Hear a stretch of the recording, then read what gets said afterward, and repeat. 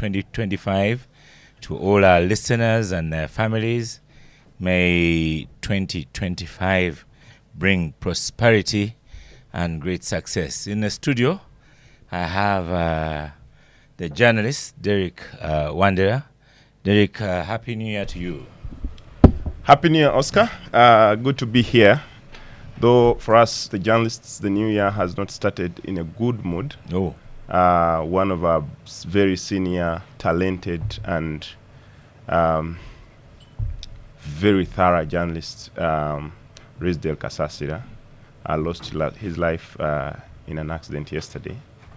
And we who have sat with him in the newsroom know how very close and how rich he was with sources, especially in the military and the forces in this country. He would get a story from nowhere, and it becomes one of the biggest stories in this country. One of his stories actually made Daily Monitor be closed in 2005, and I personally have worked with him. I could actually say he has mentored me when I entered into the newsroom in 2015. He made me join the bit of politics and security. So I covered with him very avidly the UPDF, CMI, and ISO. And he partnered with me on some of very groundbreaking investigations within the security institution, and we covered with him quite avidly the Congo war.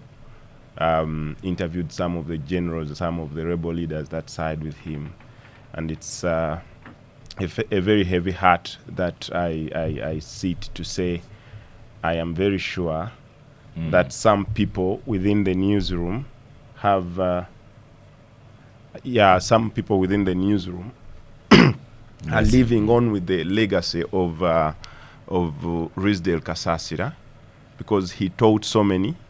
His writing style was so very epic. It made everyone get his mind just attached to that story that he wrote.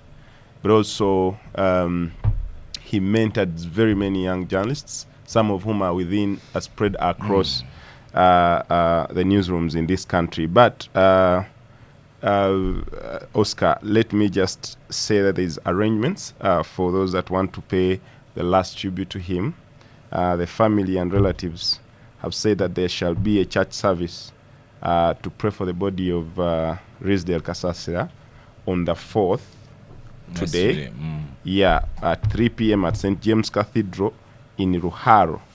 Therefore, the body will be leaving for his ancestral home in Rubaya, that is Kashari, for a vigil, and burial will take place tomorrow, which is Sunday, the 5th of January, and may the body of Rizdel Kasasira rest in peace. R.I.P. to that veteran journalist. Very sad news. In the studio, I have Katesh. Honorable Katesh Shumba, you're most welcome to Gang. Thank you very much, Oscar. And Happy New Year to you too. Happy New Year, and good to be back at the Gang after a while. I also want to extend condolences to Rizdel. I studied with Rizdel at Tingano High School from 1993 to 1996 before I went to Ntare School. We were very close friends. We sat on the same desk together with many other colleagues, and it's very, very sad because he's been a very young professional. I've seen him through school, and interestingly, on the 28th of December, we had actually a class reunion. Wow! In Barara. I missed it because of many commitments, but I was seeing the mood. The Rizdel was full of life, and our class has remained together. So we are very sad, and we pray for the wife who survived and the children, and we condole with the entire journalist fraternity and the entire family, and pray that his soul rests in peace. And at least we have to remember him for very many stories that he did and the professionalism. So his legacy will be will remain. Yes, very sad. Yeah. So far we have two gangsters in the studio. Before we delve into the topics we have for today, Derek, you're the journalist. So what's happening with these gang fights? and why can't police just stop them? I've seen some people on Twitter after you posted our topics. Artwork and topics. I've seen them being very sentimental about why we should discuss the gangsters on the capital gang, but because they have the word gang and we also gang, I think it's imperative that we put and shed some perspective. Now, Oscar, to the best of my understanding, but you know, people complain about discussing gangs. If you look at what's happening in Haiti or these war-torn areas, RSF and all, in Sudan, you know, you mustn't allow these gangs to grow. Yeah. For me, I feel people are being not very deep in the understanding of, for instance, these gangs that are sprouting or that have been here for some time, because they've been here for some time. Yeah, this gang of alien skin has been on the streets of Kampala, causing mayhem for some time. Just, I think, 3 weeks ago, they attacked a hospital and beat up patients, beat up askaris, and beat up doctors at Nsambia Hospital. And they get away with it? Of course, they were apprehended, I think. He was arrested, arraigned in court, and he was bailed.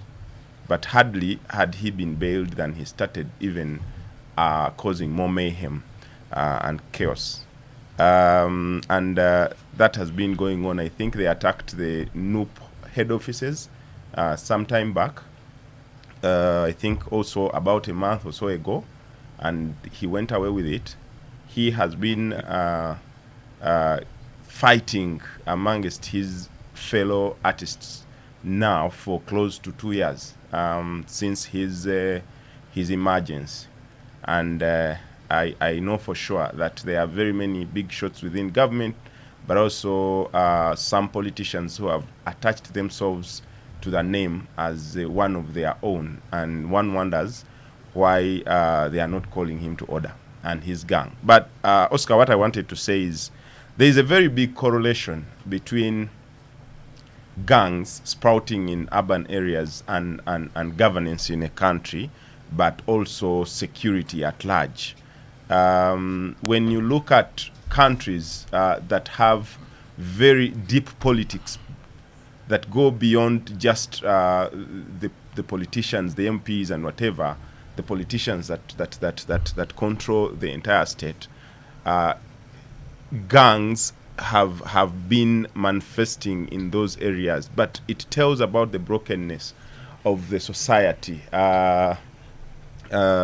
You look at a state like you look at South Sudan. You look at Sudan, the main Sudan. Look at South Africa. Even in America, where you think that there is a lot of security and stuff, the gangs have been very perennial on their streets, causing a lot of mayhem, most of whom are always armed. Thankfully, ours are armed with pangas, machetes, and I think you're using the wrong word, thankfully. Yeah, because the others are armed with real guns. The English word is it could have been worse. Of course. It could have been worse because the others are armed with guns, real firearms, and they go shooting anyone they find they have qualms with and stuff.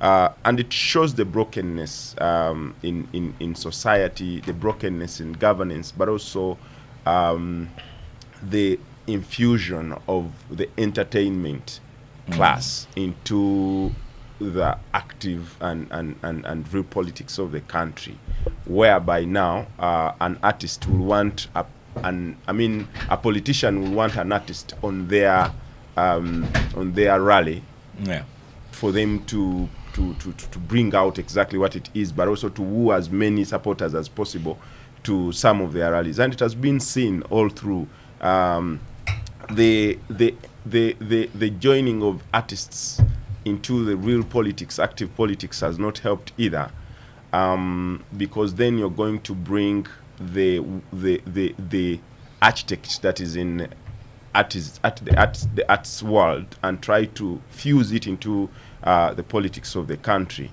It becomes very chaotic, that the gentlemen who wear suits now feel that sometime you can put off your suit and you wear a baseball and jeans and go on the streets with one of your own, an artist who is going to cause mayhem. These attacks are not very new to Uganda. We know that in the heydays of the sprouting of the big three, that was Bebe Cool, now leader of National Unity Platform, Bobby Wine, Robert Chagulanyi, and Chameleon. But they rode on. Was it not marketing? Yeah, for me, I feel they rode on chaos. They rode on that at the time, stiff, almost sometimes even physical competition to market the music of Uganda, but also to market themselves as people who were in this entertainment and breaking even. They had a group. All of them had groups. They had a group together. I forget what is it. East Africa Foundation. Yes. They each of them had they had their groups. East African Reggae Bashment Crew. Yeah. They had it in Kenya, and when they came back to Uganda, they had to spread and go solo. And as they went solo, each of them wanted to put their name out there, and through that they propelled the music of Uganda. At that time, we used to listen to rumba. Most of the music was coming from DRC and stuff like that. This, so I don't know. My feeling is this now, is different. And I'm trying to compare, because there are many people who are trying to confuse the two. That Alien Skin will attack Palazzo and get away with it because that is just their entertainment beat, and that's how entertainment people behave, and that's how they have been behaving. I feel this is very different. If an artist can attack a hospital, cause harm on doctors, patients, and askaris of the hospital, then it means a lot. It means this is really out of hand. In my view, under normal circumstances, there are people who shouldn't be on the streets right now. They should be somewhere in prison, answering to those very, very human rights abuses on people who are in hospital, who are already ailing, and you're causing mayhem. So let's come here to Katesh. So for me, as I summarize, I feel this is a political period, and in this period we are going to see a lot of these things happening, and to your surprise, Oscar, most of these people are going to get away with it, depending on which side of the aisle of politics they are inclined. Now, when you hear, I've seen many people saying how deeply rooted within the government system Alien Skin is, and that's why he will attack someone and beat them up at a gathering, and he will get away with it, and he will be attacked, and what police only does is to say we are warning, and yet there is property that has been looking at spoiled. A message here from Paul Banks on X, formerly Twitter. It says police said stand warned. Stand warned. Imagine, just stand. Well, it beats my understanding. Is there a place for such gangs in Uganda? There is absolutely. And you're hearing Derek kind of alluding to that. If I say they support NRM, they'll get away with it. First of all, I think this is an issue that we should be looked at from a criminal and security angle, not political angle, because we have had artists in this country aligned to different political parties. We have had rivalries and competition, but this is rivalry and competition gone too far. I think the red line has been crossed, because even when we had Bobby Wine and Bebe Cool and their rivalry, and we've seen this all through, it has never reached this point where you have people being attacked. If it's true they attacked the hospital, I think for me that's a red line which should be condemned by everyone, because in the situation of lawlessness and gang rule, there is no one who is safe. They will smash your car and you will count your losses. So there should be no one to say that this is something that should be treated lightly. For me, police has to really come up and deal with this situation decisively, because the issue of saying stand warned, when they start even police cannot be safe in an era of lawlessness. We have seen it all over the world. They will attack a police station and overrun it and pick guns. It's just that in these attacks, perhaps you have not seen bullets flying, but it can easily escalate to a situation where people get hold of guns and the game will change from that point. So, for me, I think this is a matter that is very serious. It is also a matter that puts our security under question, because our economy, one of the biggest, things that have made our economy very attractive for investment, is because of stable security compared to many countries around us. So if I'm an investor and I know that my property can be attacked because there is a gang in the backyard, I will not invest. So there has to be a decision where this red line that has been crossed is dealt with, because there are far-reaching implications of loss of life, loss of property, but also affecting the confidence in the economy. I think these artists can compete, they can have rivalry, but they don't need to go to be violent. And we have seen it. We have lady artists in this country. Don't they sing? Don't they have competition? How come we have not seen gangs being ladies turning themselves into gangs? I have attended many shows of many young artists. It also goes to a point where the industry, which has been a flourishing industry since the old times of the Congolese music, which was dominant here, we had new artists coming up. It's been our pride as Uganda that we have quite a lot of entertainers coming up. Now, when it goes into violence, it actually spoils the industry and spoils the chances of many young people who may want to come up, because a young person who is coming up will start thinking, where do I align? If I align with, if I attend Paraso's show, the other gang might attack me. If I attack this one, the other one might attack me.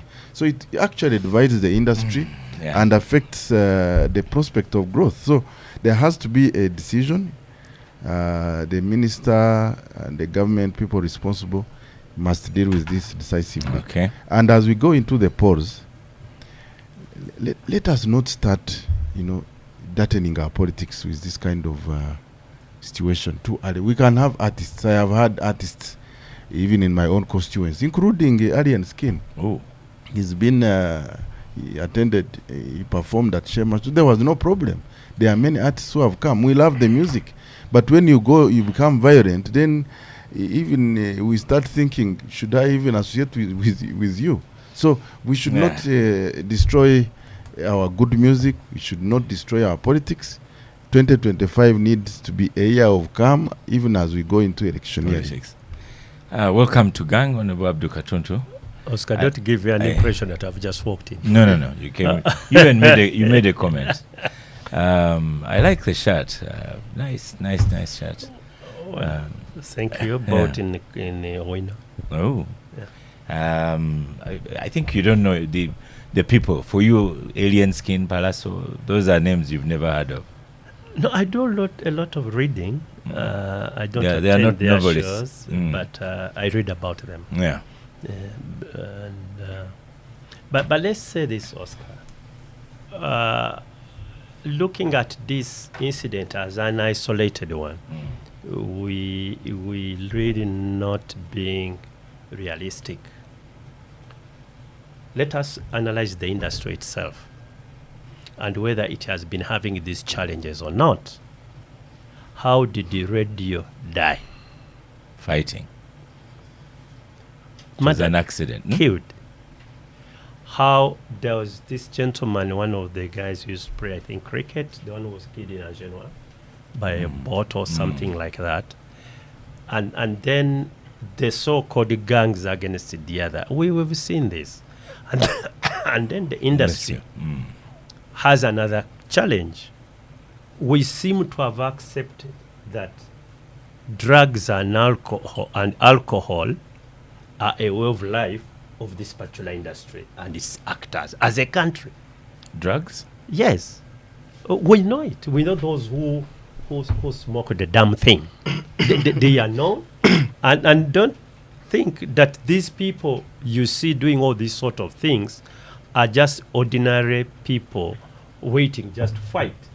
They are motivated by other things. Of course, there is money, but many of them are high on drugs. Many of them are high on alcohol. So it is purely alcohol and drug abuse. And we need to help our younger people. You can be successful and you can manage that success. Some of them, they are having challenges of managing the fame and the success. So they end up resorting to some of those not good practices. Unfortunately now, Oscar, we now have decided to mix it up with politics. The other one were accepted. They can take the drugs and dress on the stage, and we laugh, and you are happy, and you pay to go and watch. And you get amused and talk about it in your social clubs and so on. Now it is reached an extent where we are seeing organized gangs. Some time back in my usual official travels, Commonwealth, I went to Jamaica, Kingston actually. There are places which you can't go. They have been captured by a certain group, and many of them are actually artist commanded. You can't go there. Whether it is during day, obviously night it is totally out. Even police cannot go there because they are armed, and it's only their groups that go there. By the time you realize you've grown into such cultures and levels that it doesn't look good. Go to countries like Haiti. You have gangs all over. And why? Drugs, alcohol, and criminality. And once you mix all of them, what do you expect? But the so-called, I am not so much into this. I don't want to advise my brother Katesh to get so much excited by inviting some of these guys. You get, they can come and entertain you and so on, but don't get involved on hiring, so this is my group and so on. Because you see, once you do that, you involve them now in political rivalries. So they graduate from their industry rivalries of Baby Cool, Bobby Wine, and who's the other one in the US? Chameleon, and so on. The artist industry competition and rivalries. And now you get them involved in political rivalries. Yet you still have the challenges they are having of drug taking, of alcohol abuse. What do you expect? So it's not as easy as the police coming in and so on.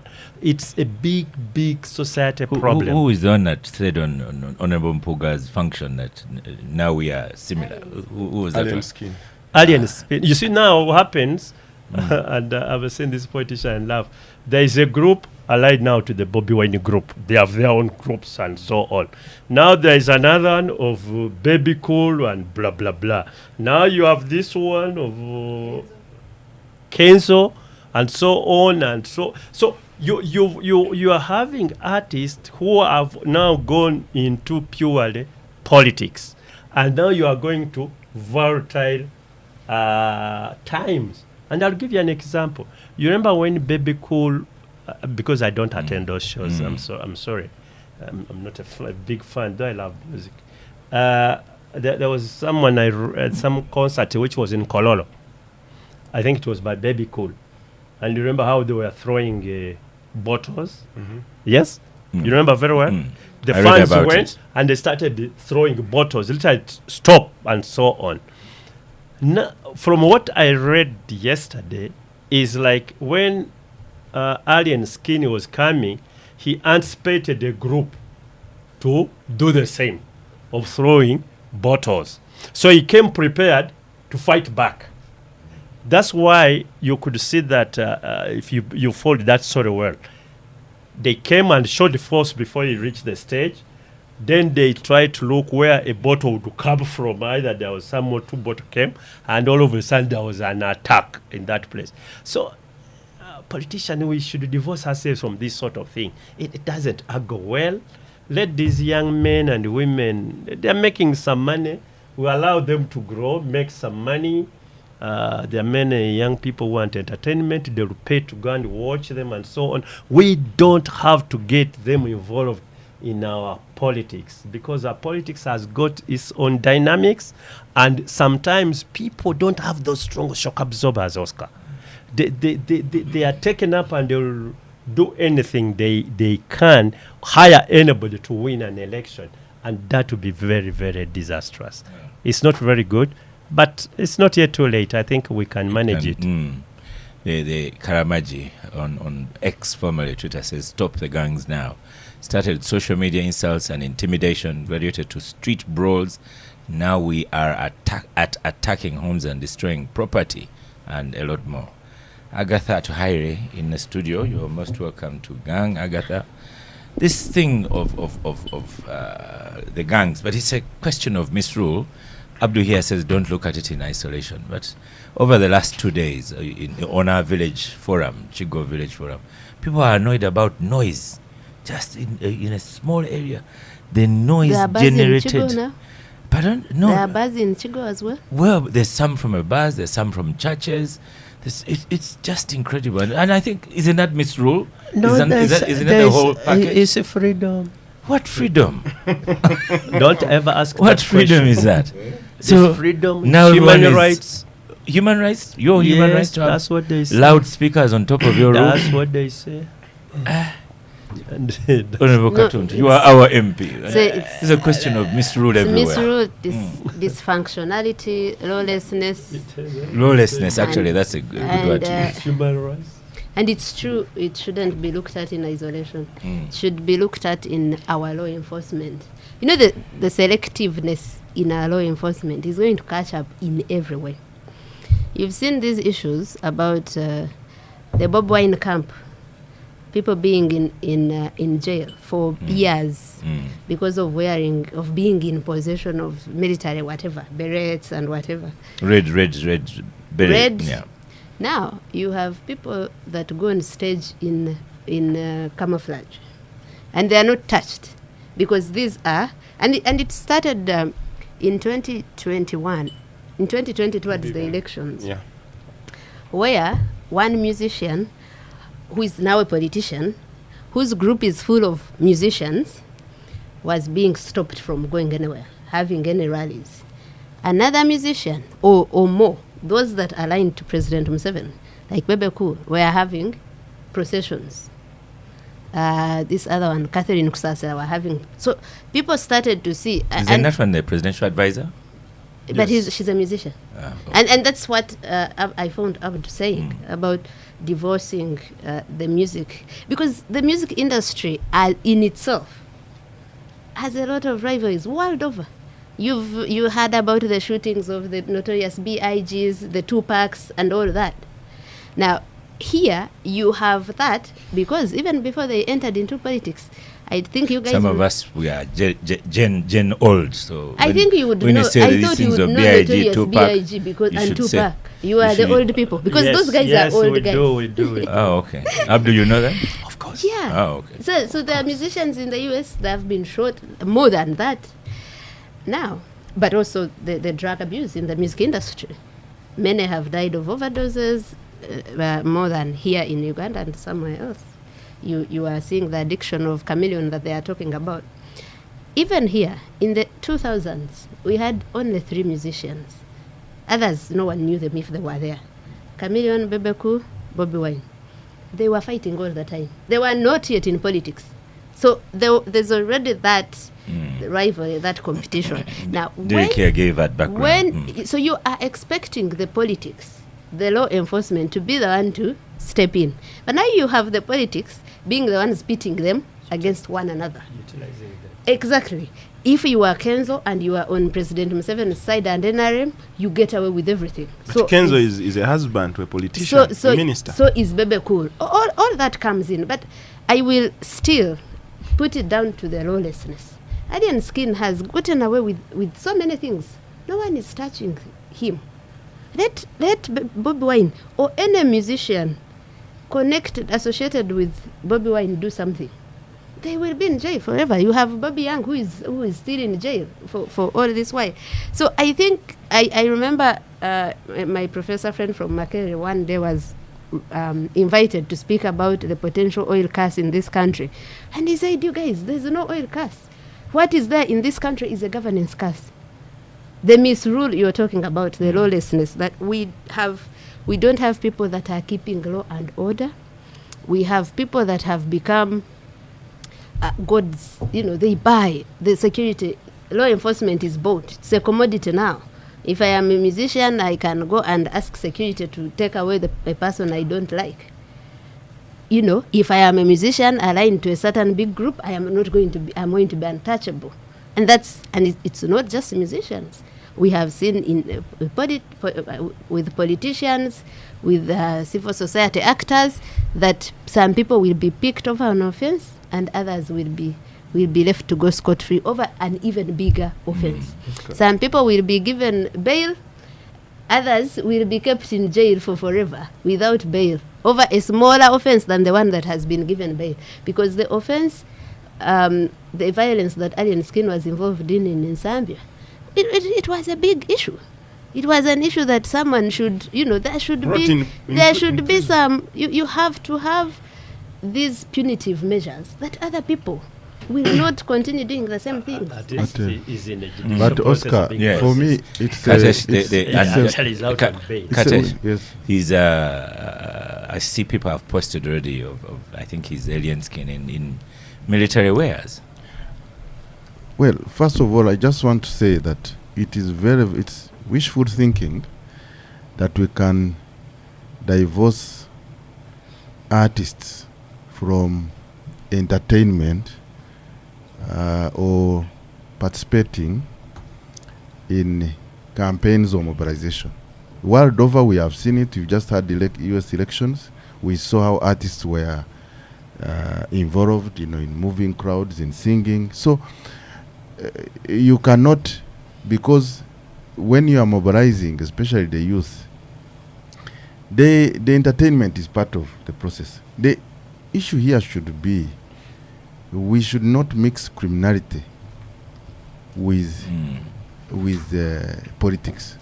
For me, I do not we think should deal with we criminality. should deal with straight away. criminality because these are young people. There are people who look up to them.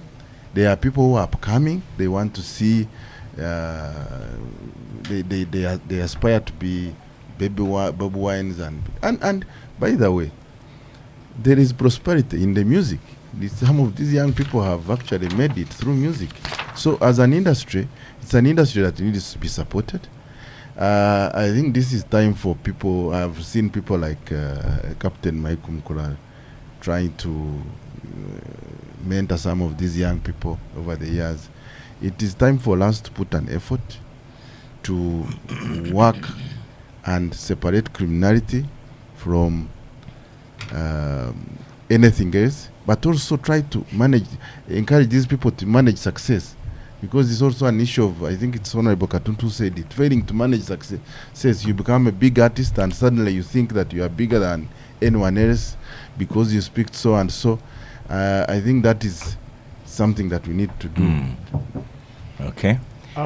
Yes, just a quick one on I want us to move away from that. Yeah, Oscar, I think what Honorable Katesh is saying is very, very important. But he's distorting some facts. We've seen so many times many artists making a pilgrimage and pilgrimages to Gulu to go and meet Afande Salim Saleh. Didn't he say the other day that now he's letting I them know go? he has let them go, but I think he has let go of them at a very wrong time when they need him more.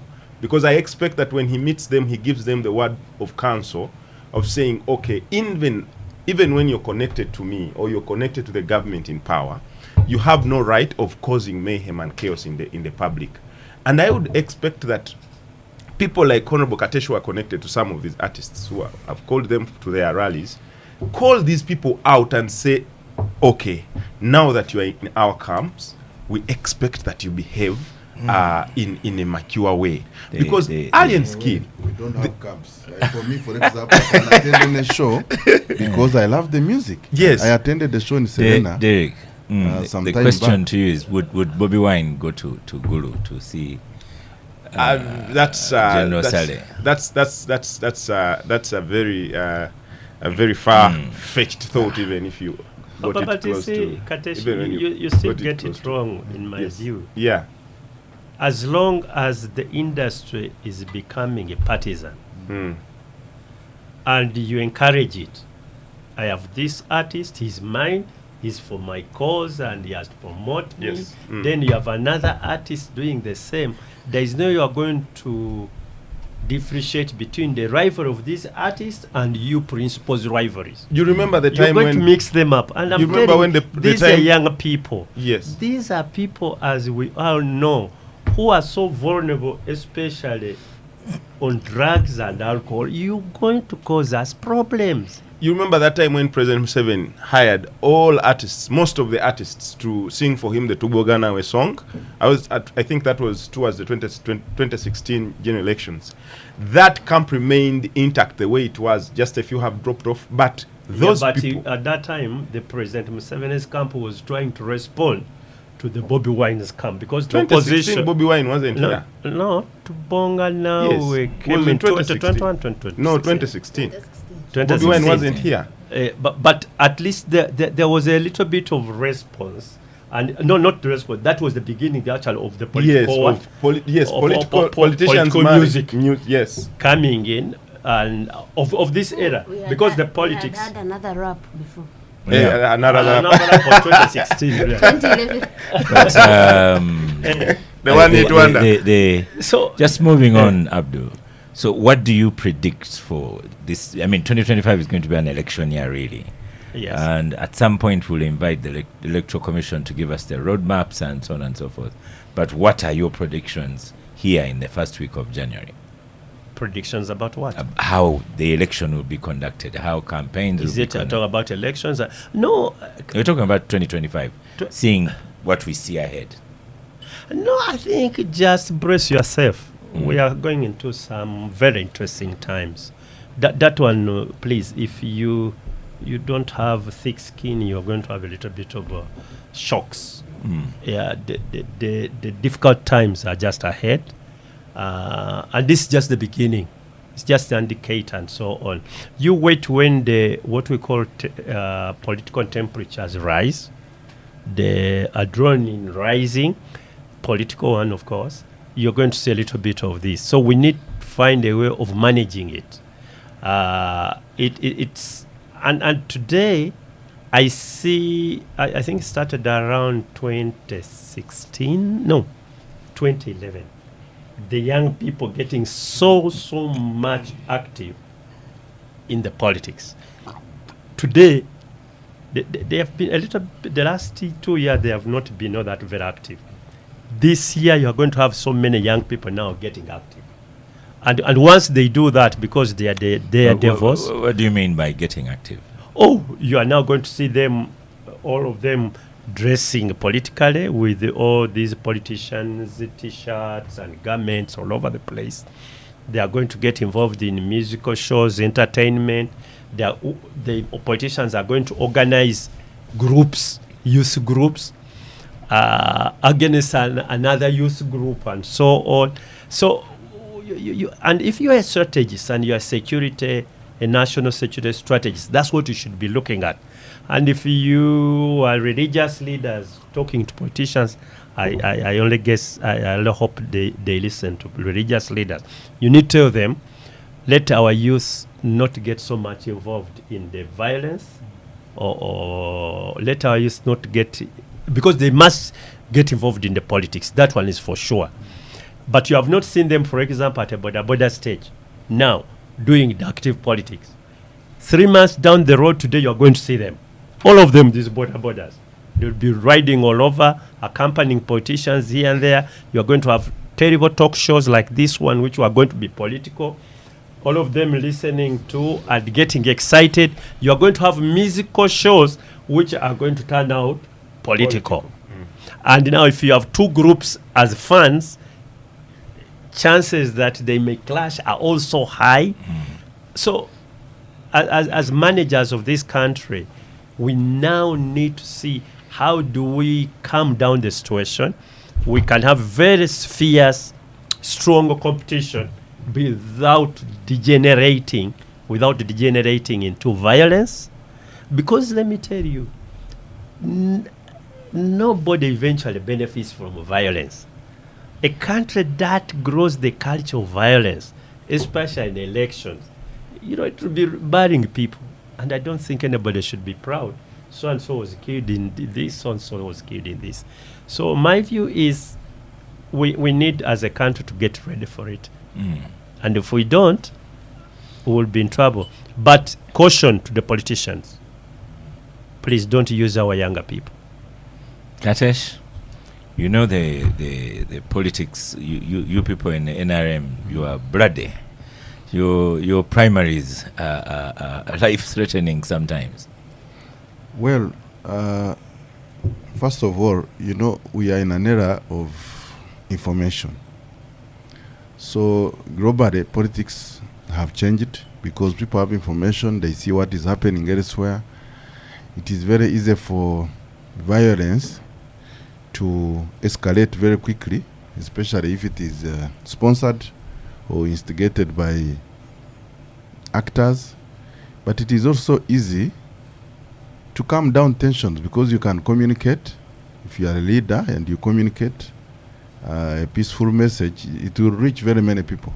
So for me, I am a bit optimistic that we will not have so much chaos in our primaries as NRM. What I know is that the contestations will be very heavy, and anyone who attempts to cheat... What has given you that optimism? Because I saw, for instance, recently we had very, very tough by-election in Kisoro. And there was no violence. But the contestations were very heavy and people had to... people contested, the outcome of the primaries, and they went into the finals and they served themselves justice.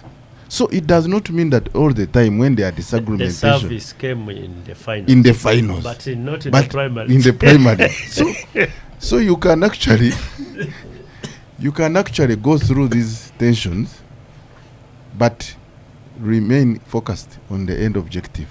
And at the end of the day, justice will be served. I know that people should be careful, especially in our primaries, not to cheat, because people have information. People will take pictures of what is happening, and once that information goes out, then people will be motivated to actually deliver justice at some point. So for me, I think that political disagreements, tension should not result into violence. And the duty of keeping law and order is with police. Police should not be partisan. They should stay on course, and all of us should behave according to the rules. I do not think that it is, I agree with Honorable Katun. We should not be barring people because we have gone through elections. So it's a challenge on security. And for me, I think, even for my own party, sometimes we should have the confidence that we can mobilize and win an election without actually having this. Sometimes police, some officers go overboard, thinking that you are trying to help a party, but sometimes you make it worse. I remember in the last elections, situations where we had to come in and say, no, we don't need all this so much deployment because so and so is coming. Let us just mobilize people, and the situation passed. I had the presidential candidates who came in my constituency. There was no single tear gas. So it is a challenge on us as a party. We must mobilize ourselves, talk to the people, and have peaceful elections. We are in charge. NRM is the one in power. Any violence will be attributed to NRM as a party, as people in government. So if we have a violent election, it's not something to be proud of. And so we have to make sure that as the government, as a ruling party, we preside over a peaceful election. But for you, Katesh, Yes. people are attacking you in midterm. They did not even wait It for doesn't 2025. matter. And they are from your own party. I kept quiet. And what has happened? Most of them went silent. So I have been telling people that when you are in leadership, you have the responsibility to actually withdraw and take and be calm. We have been in parliament. We have been attacked. There are people who have been attacking. And some of our supporters would say, but why don't you allow us to punish them? Why don't you go to police, open a case and lock up this person? And I kept telling people, no, leave the people. They can abuse, they can say all sorts of things, but time will come when they do a self-reflection and they withdraw. And I have seen it in my own constituency. I have seen people, you abuse and I keep quiet until you actually give up. So sometimes you don't have to react. Yes, if we are what leaders, Abdul said, have a thick skin. yes, you must have a thick skin to go through it and remain calm. At the end of the day, life goes on. But if you react, every reaction invites another reaction. It is always not good to escalate tensions. When you escalate, there will be a counter. And that is how things become a problem. It becomes a culture of, revenge, attacks, and violence, and that's not good for our country. Okay. Agatha, do you think Katesh's optimism about the upcoming election and the campaign period is well-grounded, or you worry? Everyone can be optimistic. That one is not in anyone's control. But what's being done? What is he basing that optimism on? Is there anything being done by the NRM government in which he's a leader? Yes, we are digitizing our register to make sure that we have at least everyone on the register. Was that not happening before? It didn't happen. We didn't have a register last time. You see, that's why they said that everybody should vote. You see, what happens is that You had some sort of register. It's fake. I think the thing, Oscar, is Yeah. going back to what we said. Can we enforce the law? Can we at least have a political will to enforce the law? Can we all appreciate the implications of leading this country down this route of lawlessness? Because what's happening is that Katesh might say this, but there are people in NRM that are untouchable, that we have seen during these elections and what they do. They are historicals, they are rich, they are powerful. Now, the thing is that, and the tragedy of this country is that we have now many that are powerful, that consider themselves powerful. They beat up people, get away with it. They have rigged the elections before, gotten away with it. They have gotten involved in election bribery and whatever, which is prohibited by law, gotten away with it. Because it has become okay. It is a norm. It is a practice. Now, for Katesh to be optimistic right now, when we don't see anything that has changed on the ground, for people to have any sort of confidence in that process. And the question we always ask ourselves when after the NRM elections, if they can preside over a messy internal election like that, but they are still the ones we are trusting to preside over an election for the entire country. Me, I would never be optimistic. Anyone optimistic is either naive or is just lying to us here. It's a thing that we need to see proper mechanisms. We need to see people held accountable. It does not happen. People are killed during elections and these deaths are not investigated. No one is held accountable. And the thing about impunity, when people keep getting away with crimes and these vices that we see, there is no incentive for them to stop. And we have to have a government that puts that incentive. The NRM government has always, before even it became NRM, when it was just a movement system, has always had its favorites. There's always a Biana, and so there are people they always prefer. I know how they went around the country in the last election, trying to make sure the people who voted against the age limit do not get the NRM flag.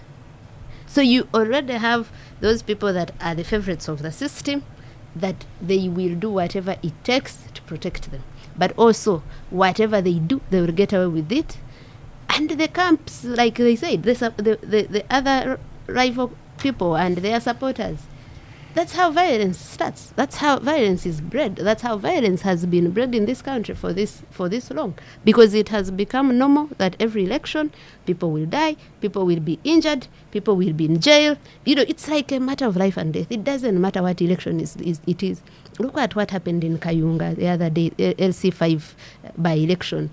Look at even just the smallest election. You could think it's only the election of President Museveni that we have seen as, a matter of he has to stay. But the NRM government will have that much investment in every election.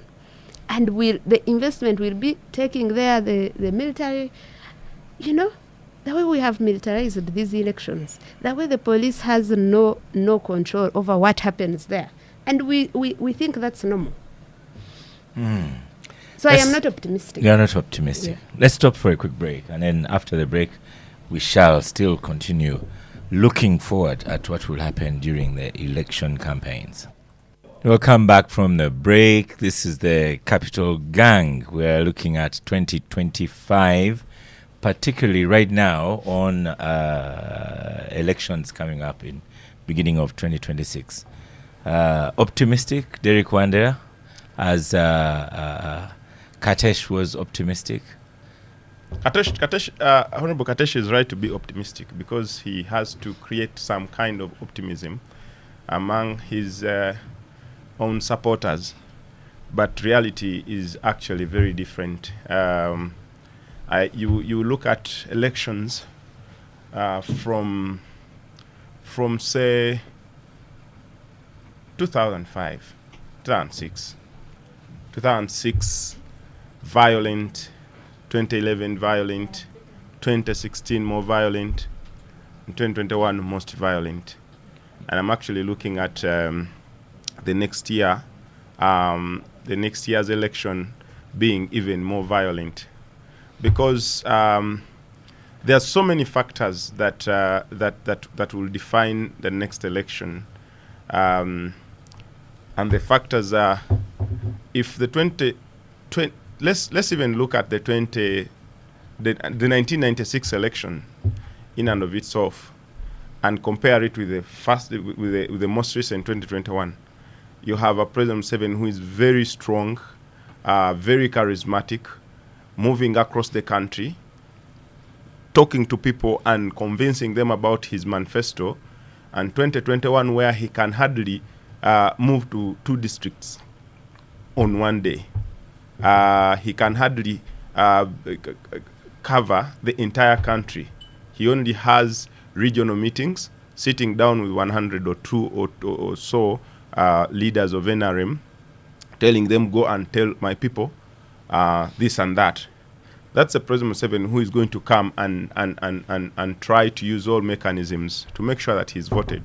Because all odds are against him in terms of age, in terms of physicality, but also in terms of dispensation of his message, his messaging. If you've been talking about PDM, if you've been talking about Operation Wealth Creation, the Youth Livelihood Fund, the Women Fund and all that, now the country is going to be asking how different, if you brought another project, will it impact on especially the per capita income, but also just the common Ugandan down there in the villages. So failure, and in absence of any of the new strategies, you have to implement combative measures to make sure that you scare as many people away from voting on the last day as possible, but also make sure that your opponent is slowed down as much as possible. Slowing them down in terms of how, of course, if you have a charismatic and very youthful Bobi Wine on the ballot, you know that he is going to manage even to move to 4 districts and hold over 8 rallies in a day, and he will still wake up tomorrow as though he didn't do anything.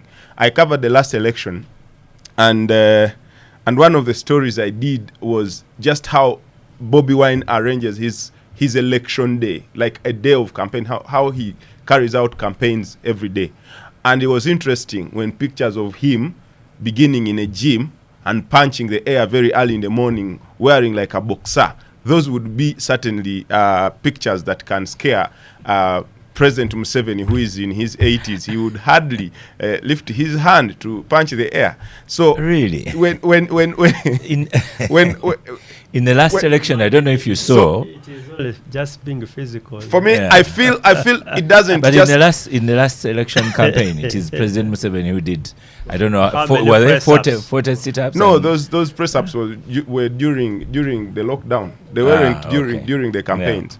So it doesn't. It's not actually. It's not only about the physicals, but the physical elements. The physical element of a candidate help them to reach as many people as possible in the country, to go and talk to them.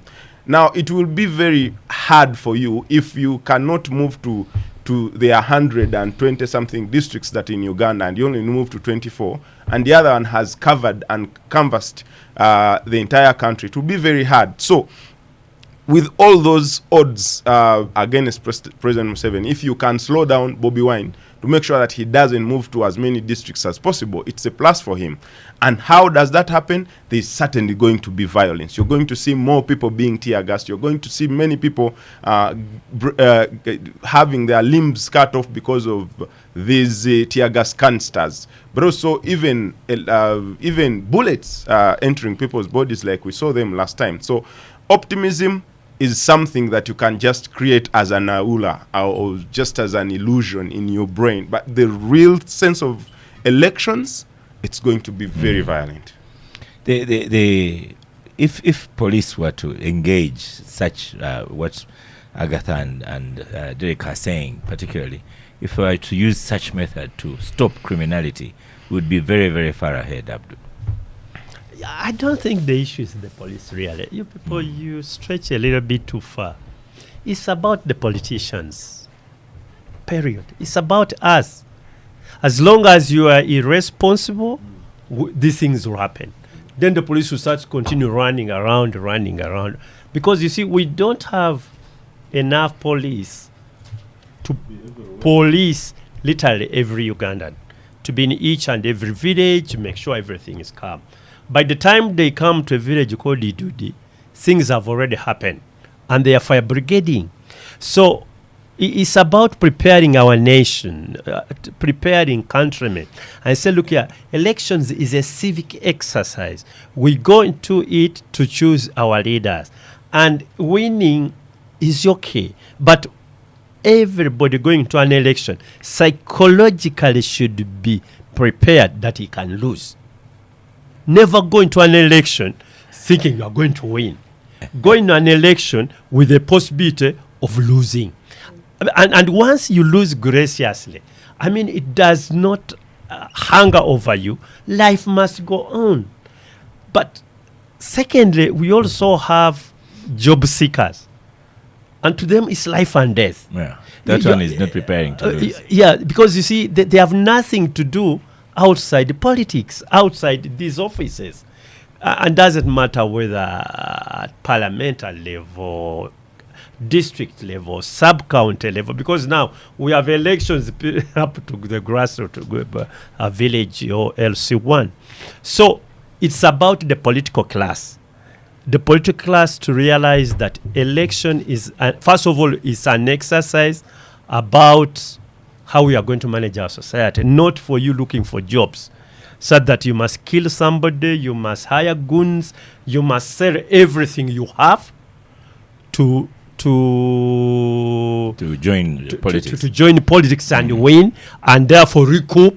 It also has its own problems, because once you've lost $1 billion shillings and you're a member of parliament, you reach there and that money maybe is not there. Then you start looking for other ways of getting that money. Then with all the attendant, risks coming and corruption. So my view is this culture, political culture, we need a paradigm shift. We need to change. The mindset must. And it's a process. It's not going to change like a tomorrow one. Yeah. But you need to start on it. But what are we doing? You get your little kids in primary, they want to be prefects. You are giving them money to buy biscuits and the sweets and so on. And you are not preparing them as a leader, but you are really buying positions for them. So they grow up knowing you must, because you've seen you are the one managing schools. We've been trying to improve in that.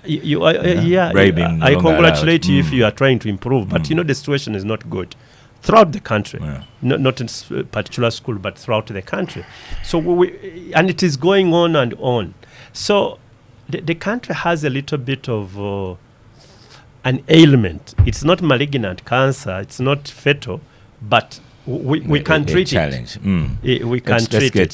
So by the time you involve the army, and because you see, when you look at the constitution, it says the army, the armed forces are supposed to be subordinate to civilian authority. Now the civilian authority is the one which orders the army to do all sorts of things, because I don't believe that our law, and this one I respect for, of course. I disagree with many people who are thinking of electoral reforms, legal electoral reforms. The issue is what we have. How has it been implemented? Because there is no law today which allows you to use violence. And police is the biggest implementer of and the police law. is the biggest, of course, implementer. So you see, you go back to you saying the problem is not police, but politicians. Because we order them. And we bribe them. That's the problem. There's no law that says the police should be ordered by a politician. We should be. No, there is a law. I mean, there's a law which says don't. There's a law that gives them the mandate. The mandate, to keep law and order. Yes. To secure citizens and property.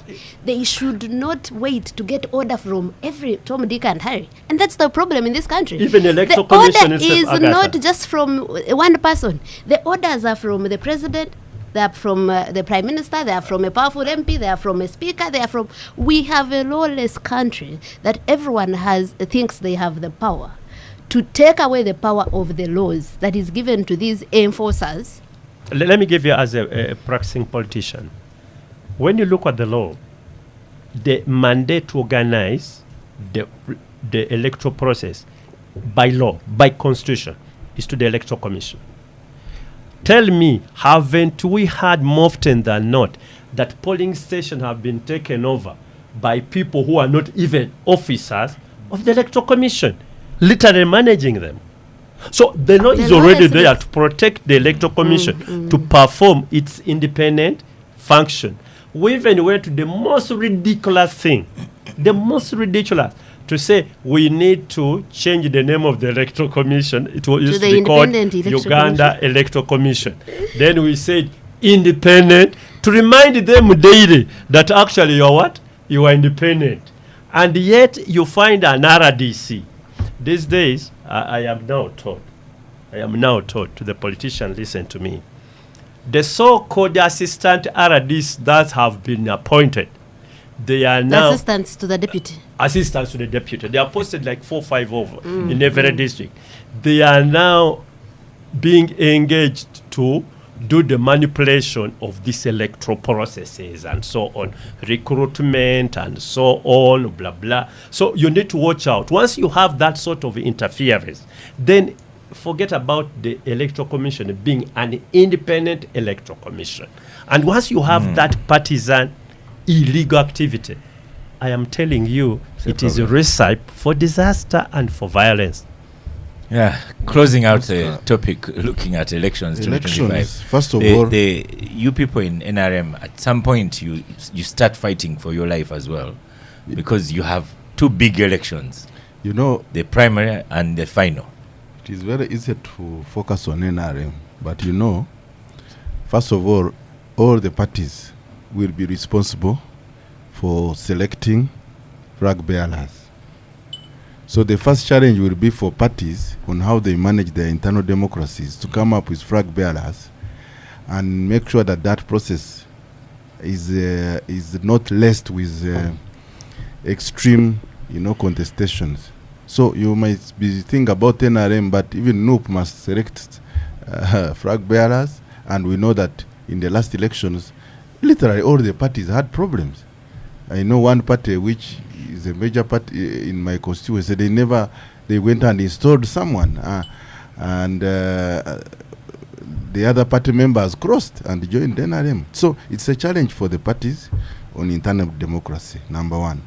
Number two, in this era, if any party manipulates the process of flag bearers, getting flag bearers, the guarantee is that there will be independents who will come up and justice will be served at the end. And we have seen, and I have a lot of trust in the Electoral Commission, because the example I've given is Kisoro, which has just come out of by elections. You have a lot of trust in the NRM Electoral Commission? No, I've said, I don't, Oscar, you are not, Honorable Katun, to not be like Semuju. I know we are missing him. But I was asking. No, whichever party mishandles their internal processes in selecting flag bearers, the guarantee is clear. There will be independence, and at the end of the day, you will find that the independence will catch up at the end, because we have seen it happen. That's why you see sometimes even the president is very soft on independence. There is especially those who are NRM leaning, because he knows the challenges we had. So other than that, the police and the security must focus on their role of law and order, ensuring justice. But the bigger responsibility, like Honorable Katuntu has said, is on the individuals who are participating. If they have set up a campaign schedule rally that you are here up to 4, and from 4 there is so and so, and then for you at 4 you are defiant. Those are some of the things that also actually put our security services in a trouble, because they are trying to enforce and some of the politicians just want to defy. So it is a responsibility not only for police, but also for individuals, that if you cause violence, you don't want to follow the rules, then you will have a chaotic elections. Everybody must play ball. You know. You also need to, I think Sagasa was talking about it, about selective application of the implementation of the law.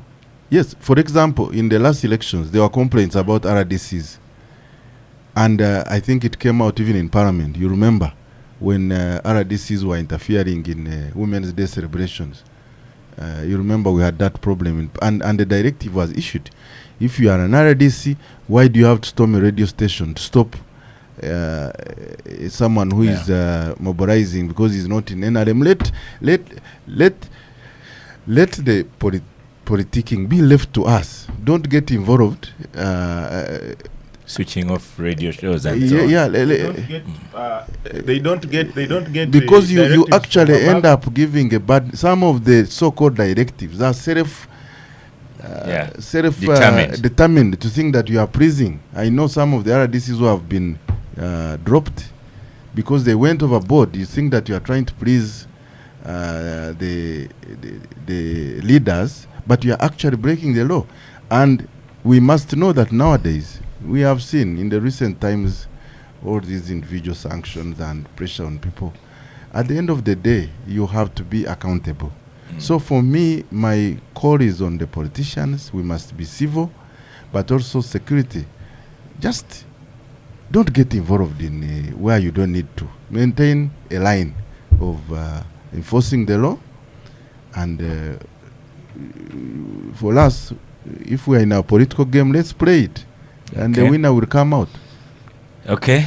Staying with you on the microphone, Katesh. Yes. Since you've been in that fiscal world, the governor's, Bank of Uganda governor's message managing Uganda's economy in 2024 and beyond concludes by saying there's a positive outlook.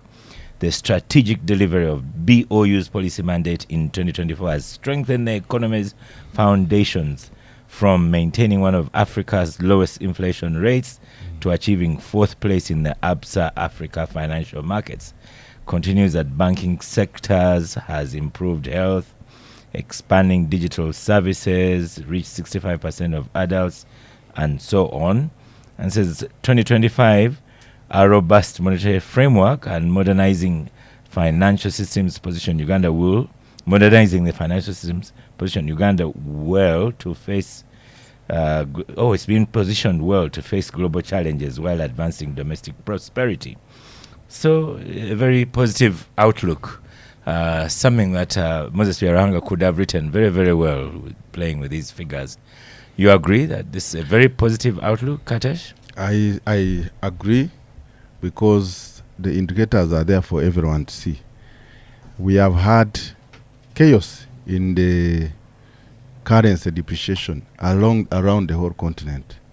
Those of you who have traveled, including my brother here, who is widely traveled, Honorable Katuntu, you know that our currency has been stable. In the last 10 years, I think it has experienced the lowest depreciation, averaging around 32 or something percent on comparable economies, especially on the continent. And so in terms of currency, we have had a stable currency. There are countries where you can go and you can't find dollars. If you talk to the investors, they will tell you that this is a place where, you know, the economy in terms of the currency has done very well, even compared to even our immediate neighbors. Number two, if you look at inflation, the sub-Saharan average inflation is around 3.6%. And no. In terms, I mean growth. Growth, we have experienced around 6.1% in the last financial year, compared to 5.3, which was in the previous financial year, 22-23. and you compare that to the sub-Saharan average of 3.6%, you can see that we have done very well in terms of growth. Inflation contained at 3.2, below the target of 5, and the annual headline has been at 2.9. So in terms of indicators, our economy has done well. Financial, fiscal consolidation, digitization, we have seen more and more people actually getting into the banking sector, but also in the mobile. Apparently, in the last financial year, we have about 253 trillion transactions through the mobile money. So there is a lot of optimism that in the coming year, we will have, we shall continue to have a very stable economy. But there are still challenges, which when we are talking about these reports, people don't talk about. Issues of budget implementation, issues of performance, issues of the loans that we have taken on and they have not yet. We started paying interest, but we have not utilized it. So the growth actually could be bigger than where it is if we were able to deal with some of the incompetencies around implementation. And I think that's beyond the macroeconomic indicators we are looking at. We want to see more intention in terms of timely implementation of projects, value for money, and being serious. I mean, if we can achieve this growth, but then you look at our development plan implementation in terms of performance, not being able to meet its target, what if we became a little bit more serious? We cut down on red tape, we cut down on man hours lost due to potholes in the city, and all these problems. Then the growth could actually reach double digit. So I am optimistic. I hope that the political contestations we are going in will not come in the way of the economy. We must make sure that we guard against that, because investors will be watching to see are we going to have a stable election? Is the future safe? And that will be a factor in decision making, whether we have more investments or not. So okay, that's I think that's what I can pause for now. Agatha, you looked at Katesh strangely. When he said cut the red tape. I liked the fact that fix on this potholes point and he was implement. He was honest. Yeah. There are some points on which he's not honest. Yeah. Some points he's not honest. No. When you are saying you're optimistic that the election won't be violent or will be free and fair, you are dishonest. It's not optimism, it's dishonesty. So the growth or performance of Uganda's economy has always been very glittering. And we have always wondered, where do these economists get their figures from? Because now, for an ordinary person, Oscar, that struggles to take a child to school, should we go into school dropout rates in this country? That struggles to take their child to hospital. No, that goes to public hospitals and doesn't find medicine and doesn't find a doctor. How do you convince them that Uganda is one of the fastest growing economies, that we are growing at 6% and all that? I also like that he mentioned the red tapes and whatever. So it might be true that Uganda is growing at that rate. It might be true that we have grown our foreign direct investment, that we have grown in terms of all these things, but how is it shared among the population? What percentage is benefiting from this growth? How are you making sure that this money, that the country benefits, if you are letting people steal in billions And there's no problem with that, because we will go back to, I saw you guys on the last Saturday of the year, the biggest topic was the Parliament exhibition that we did. So we will go to things like, it's not just the Parliament exhibition. I think the only thing the Parliament exhibition did was really to demonstrate the gravity. But we have known that corruption is endemic here and no one fights it.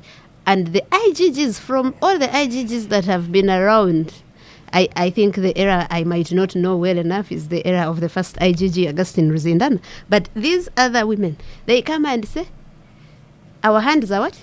Are tied. They have said it so many times. They cry about a budget, they cry about political interference, but also sometimes this political interference is not even in the back. The president shut down Betty Kamya and said, no, you are not going to do any lifestyle audits. I don't want people to invest the money they steal abroad. They should invest it here.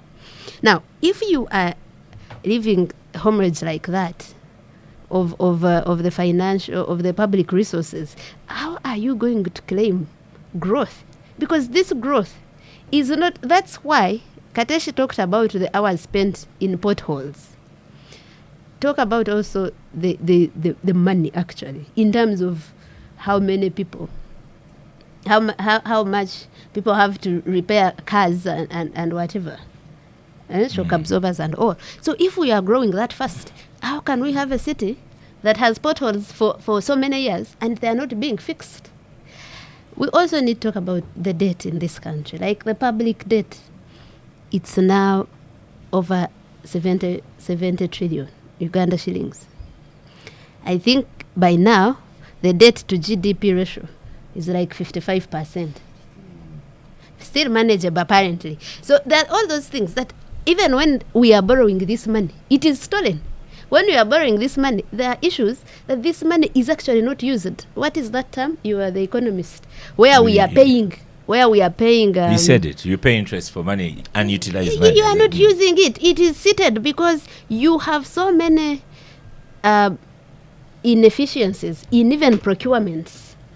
You have procurements where you have people that come to work on these social services and they are not even qualified. Okay, I get Yeah. that. So there's no growth. In short, yours is not a positive outlook. No, it is not. It is not. Let's stop for a quick break and we'll come here to Abdu, who's been making copious notes.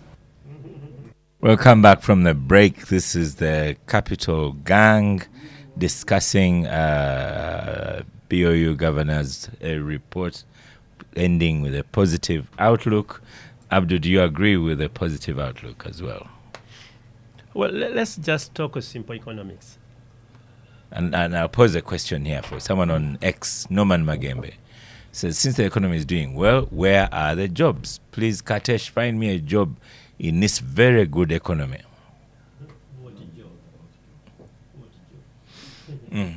One, I think, first of all, the governor was so much concerned with economic growth. And what is economic growth? Economic growth, I just want to speak in a level. It is quantitative. You are talking about the production of goods and services. Once they rise, then the economy said there is economic growth. And now, that's where all these figures come in. They start looking at the sectors. Say this particular sector, how has it performed this year? They say the production of this, we've grown up by this, we've grown up by this, gold, we've grown up by this, agriculture, we've grown up by this. That is what we call economic growth.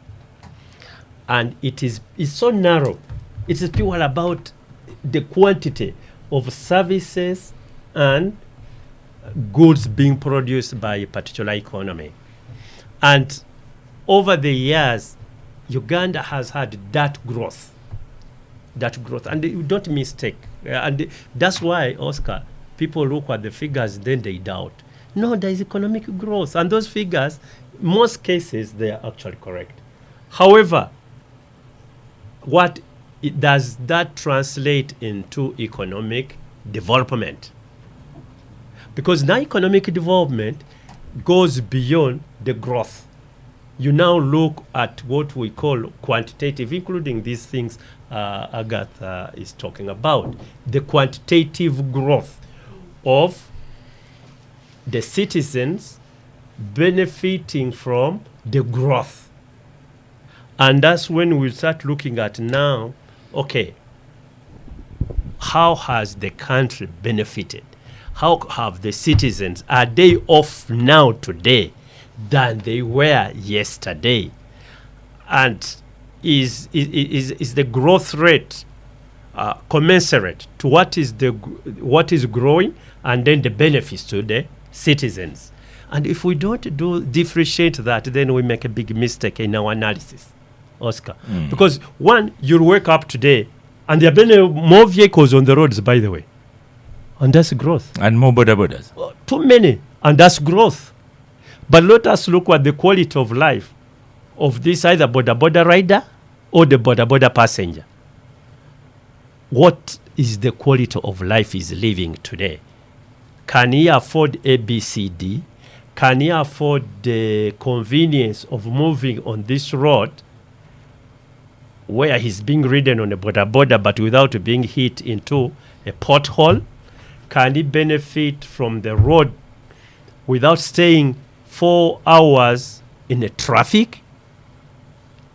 Or once you have too many vehicles, it doesn't matter whether it is taking 3 or 4 hours on a distance which you have taken 30 minutes. And so where there's growth, you can see that there are so many vehicles. I try to explain this really in a layman's thinking so that we don't mix up the two. So if you are planning and you say, okay, we have a country that has grown, how do we get the increased production to benefit our people? How do we plan it? Then you invest. How do you invest? You invest now in areas which are concerned to the citizens. It's no use of putting up a hospital. But when you go there, instead of having 5 nurses, you have 1. Maybe to get the good example, instead of having 5 midwives, you've got 1. But there's a facility there. And you have around 20 mothers coming to deliver. And there is only 1 midwife assisting these mothers to deliver. You can imagine the toll on her. And sometimes one of the mothers may not, by the time they reach the midwife, I mean the baby is already at a place where it has to come out. So it might result into really a mortality. Or it might even, she might even deliver because like some of our mothers produced us in the gardens successfully. But she has done it in the compound of a hospital. So that can't have translated into development, where you'll have a mother coming to hospital, has the services, delivers a baby, a normal delivery, within 24 hours she returns home. Now, she has delivered, but more or less like my grandmother who delivered my parent in a banana plantation.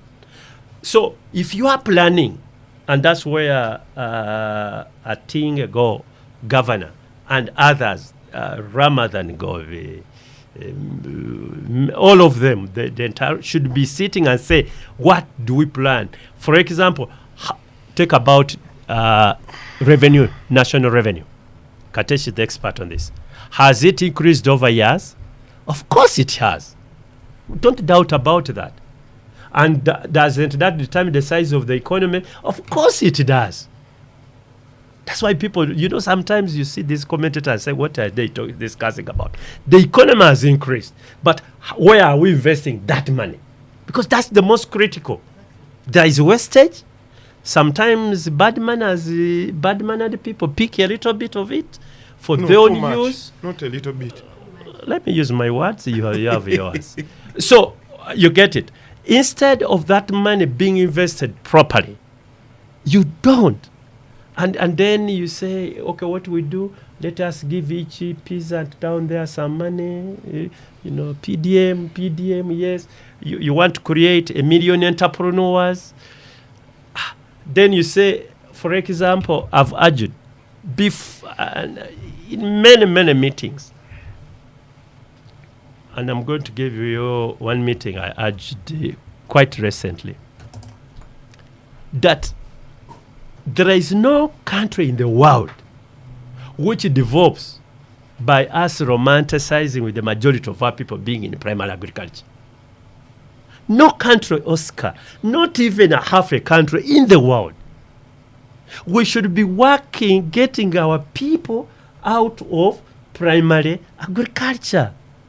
No, say, oh, you get a piggery there, you get a simu here, you do blah blah spreading. It doesn't work because it has not worked anywhere in the world. Anywhere in the world. It hasn't. I've asked the biggest economists, give me one country where the majority of its people are in primary agriculture and it has developed. The task we have to do is to get these people, get them in services, get them in industries, because all the countries we are proud of, or we read and yearn and want to go there, that's what they have done. Grew from production. Yes, get it out of there. And then you leave, first of all, you need to release land to commercial agriculture. You increase production. Not tie everybody to this 1.5, 2 acres, so you If can they can utilize get like it. this, like it. It doesn't work. This is peasantry agriculture. Just romanticizing with people, so they are happy a bit because they can live, but it does not transform the country. Derek, do you have a positive outlook as a I'm afraid it is difficult to look at these figures and get excited as a Ugandan, unless you are placed in one of those sectors that are actually having growth, like council.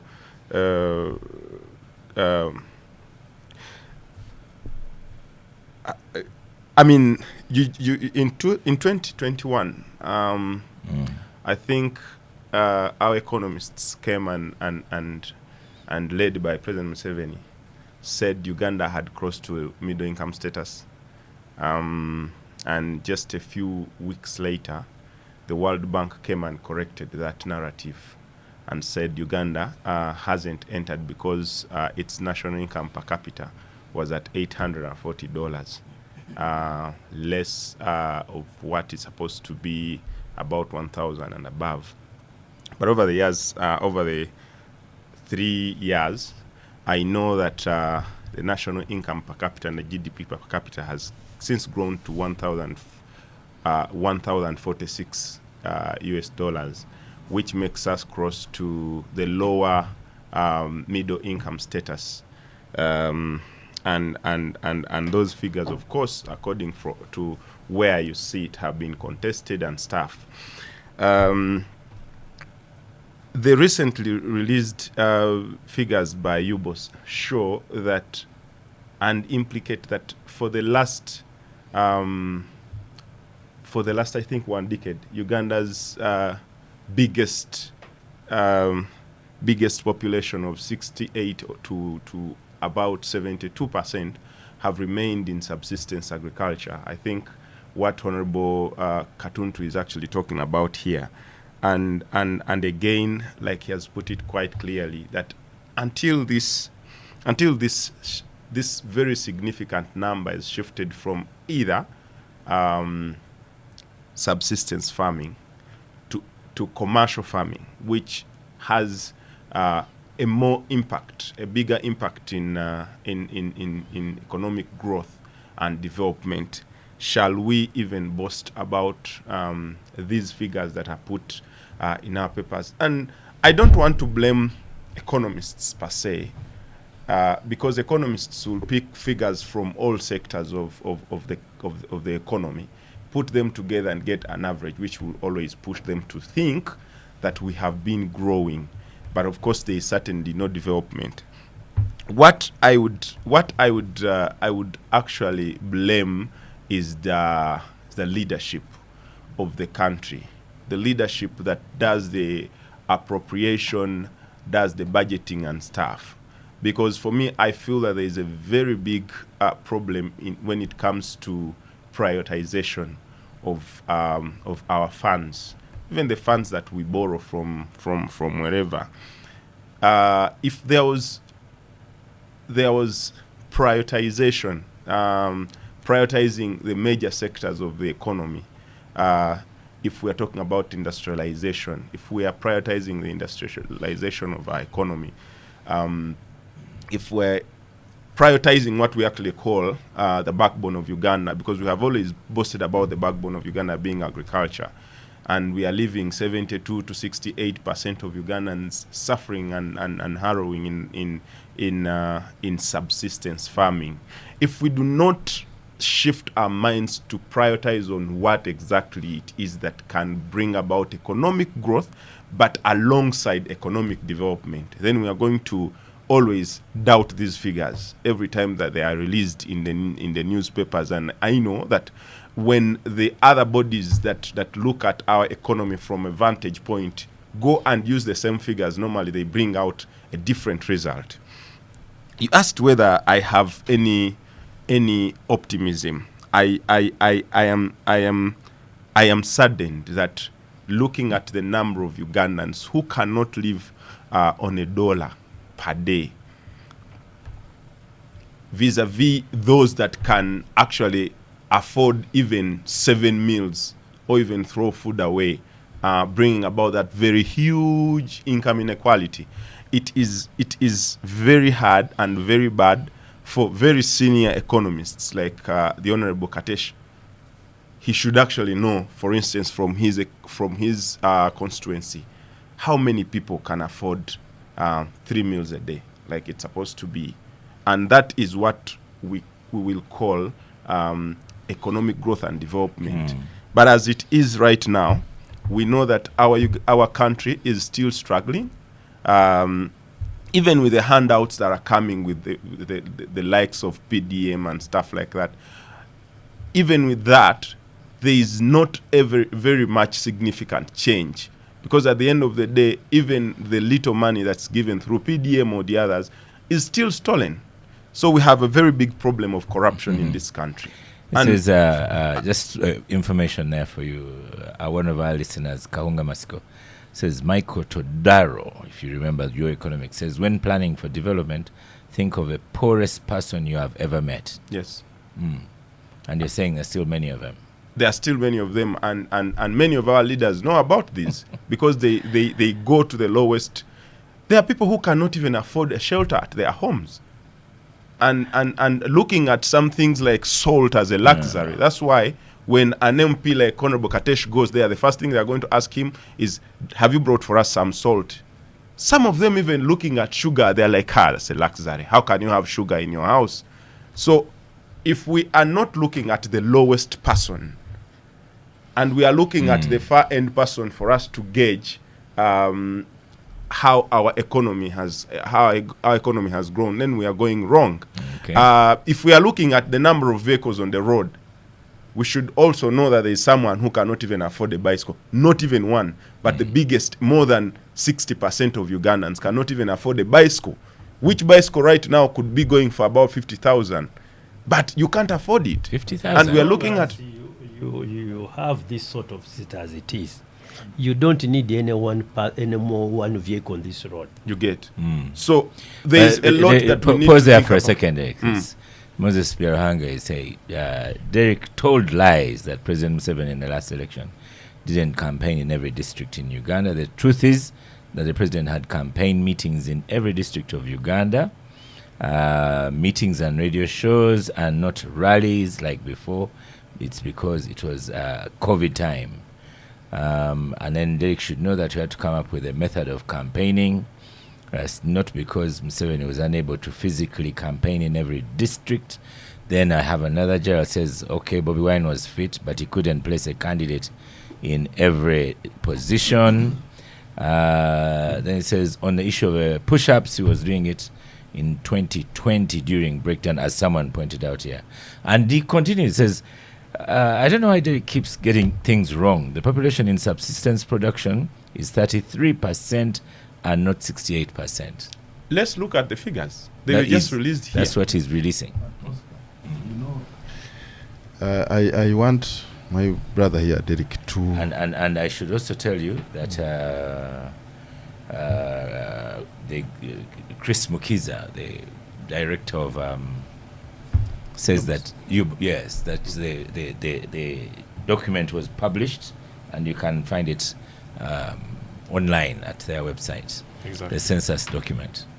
You know, Katesh? the challenge I have with my brother here, Derek, is I think that his mind is fixated that everything is going wrong and nothing, there is no positive.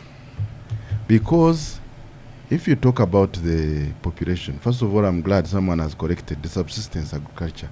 We know we can disagree on the strategies that are being employed, but the strategy of government is to make our population increase productivity. Yes, we have a problem of budgeting and prioritization. There is no doubt about it.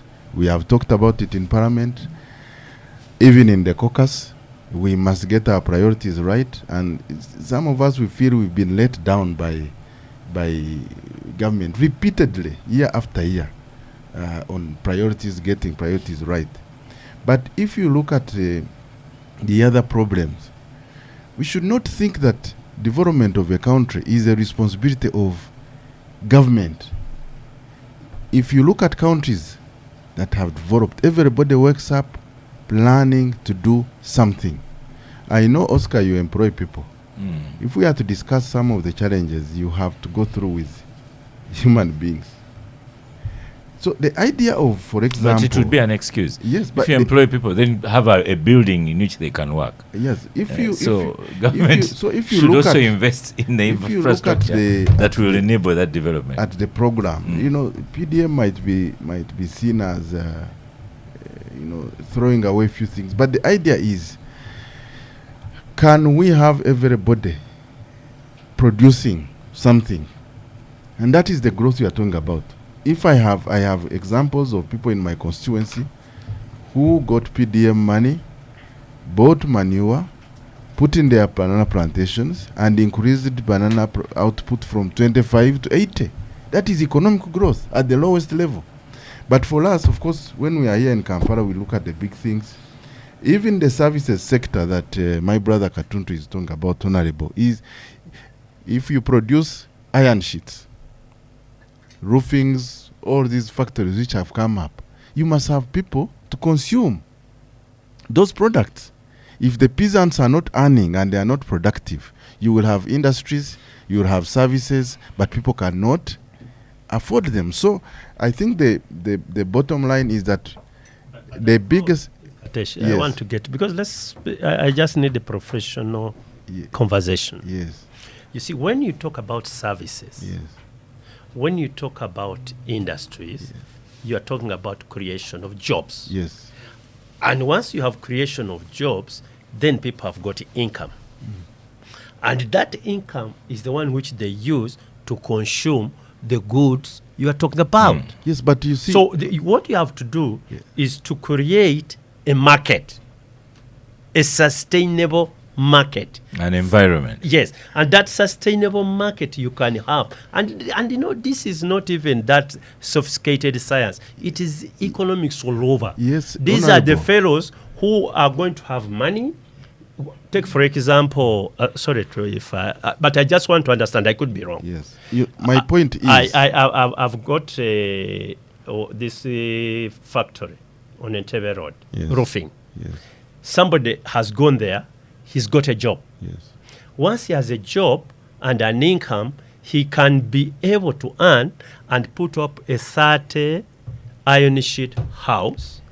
So that goods, there is a market, but he has got the income.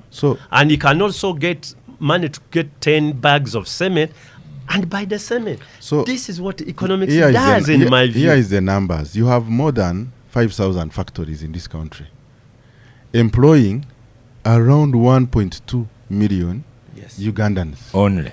Even if you doubled it to say tripled it, 20,000 factories, you will not absorb the people who need jobs in this country. Now, here is my point.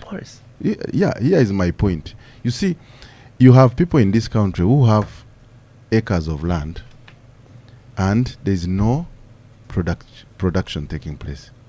You can be employed in one of these factories or industrial parks, and you know the issues we have with minimum wage and not having minimum wage, earning 300,000, but you have land where you can actually earn 1 million shillings, and this is what we have been telling our people. You have graduated, you have looked for a job in the district, it's not available, there are few industries around, but you have some land. How can you be productive? And this is, for me, the bottom line. This is the conversation we must have. You need, I think so. You cannot grow industries without looking at the end game. You are going to produce goods and services without an internal market, and this has been seen. If you increase the per capita income of the people because they are productive, then your industries will multiply and will produce goods, and there will be. It is a cycle. Yes, we will have to discuss this, but you start off a final message for the first gang of 2025 to our listeners. First of all, I really want to thank the listeners, but also Capital Radio for continuing to make this a very prime show. Listened the world over, because even after the show, at least I get so many messages, even from people in Australia. It has continued to remain a very productive show. Okay, so I want to thank our listeners, and I hope that this year will not be too busy to appear me and my brothers who are in politics. Obviously, I wish closer to the time we shall send you. We shall release you so that yes, you but do your we will be Agatha, quick one. So before we leave the show, I would like us to pay tribute to a fallen journalist. We did at the beginning, actually. I wasn't here. Yeah, my good friend Rizdale, and I really, I'm not that optimistic, but hoping beyond hope that this year becomes better. Ugandans reclaim their power to demand these things we're talking about here, to demand proper enforcement of the law, accountability, and this whole selectiveness, gambanogu, and favoritism goes away, so that we restore, law and order in this country. But also, being an electioneering year, I am more worried than I was for the last year, maybe. We have elections in Uganda, in Tanzania this year, in Uganda next year, I think in Rwanda and Kenya the other year. So it's a tough. It's going to be tough for the Derek, East African season. Final message for the first gang. I wanted to respond just quickly about the listener who said President Museveni moved in all districts. It's not true. I covered elections, and I know where President Museveni moved to and where he didn't. Well, this was his assistant, Moses Biaranga. I know all the places. I know where didn't he move. I think many places. We cannot debate it. I think that's what Moses that's what wanted. he's saying, that he did not. You tell us that he didn't move in this place. No, but Moses says he didn't say he didn't. He moved. He said he arranged meetings in many places. But we are out of time, so we can't debate the last it. my last message. Your last message. My last message is that my message for the first gang is that I hope that we're going to have more of such discourse in the public, but on also different platforms. But also, I hope that those that wield power will listen more to the people and their cries. Thank you. Abdul, close it out. Happy New Year. Thank you. Happy New Year to all our listeners of the Capital Gang. Thank you, the honorables of today, Abdul Katuntu and Katesh. Agatha Atuhaire. You are trending on X, by the way. I don't know if you are aware, but I am always trending. Okay. You're always trending. I am used to that. Thank you. I'm used to that. You're used to that. Thank you, Derek Wandera. Thank you, Capital Gang producers, Patricia, and all the other social media team. We start the 2025 year positively. I am Oscar Semoyams, okay, and I shall see you next week.